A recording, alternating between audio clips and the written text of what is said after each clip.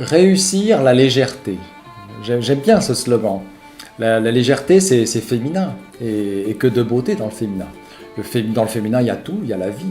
Il y a la douceur, la bienveillance, il y a le côté enveloppant, protecteur. C'est l'amour, le féminin.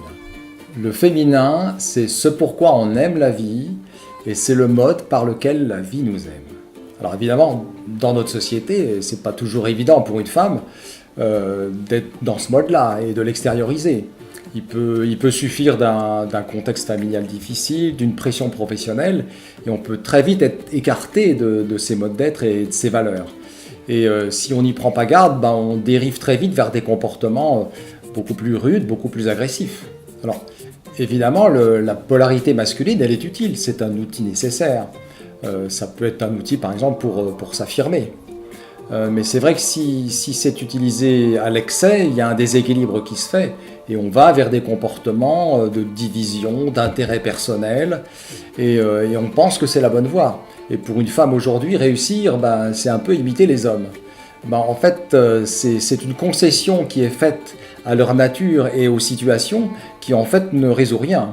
Parce que si c'est l'esprit féminin qui peut au contraire amener l'esprit de collaboration, de conciliation, la créativité et donc l'efficacité aussi dans le travail. Et aujourd'hui, on n'est pas sur ces valeurs et c'est un tort.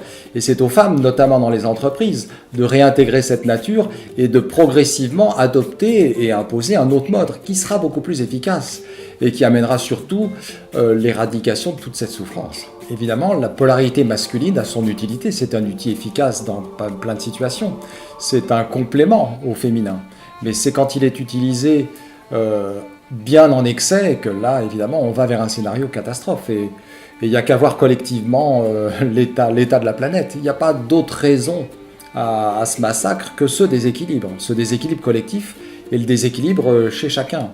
Donc c'est le féminin qui doit à nouveau rayonner, c'est le féminin qui nous sauvera en fait.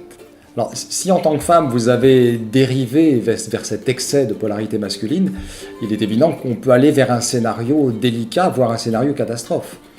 Le pire du pire, c'est d'ailleurs d'être dans cet état, dans ce mode, sans trop s'en rendre compte.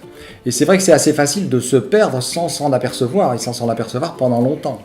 Alors pendant longtemps c'est dommageable parce que si on est à ce point autre chose que soi, on sait que c'est le corps qui un jour ou l'autre va déguster. Mais le jour où, par chance ou parce qu'on nous le renvoie, on prend conscience de ça, là il y a un chemin de retour à faire qui est important, qui passe par des prises de conscience profondes, des remises en question.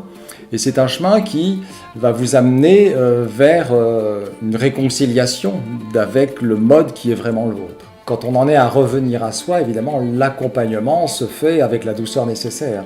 C'est un accompagnement sur un mode féminin.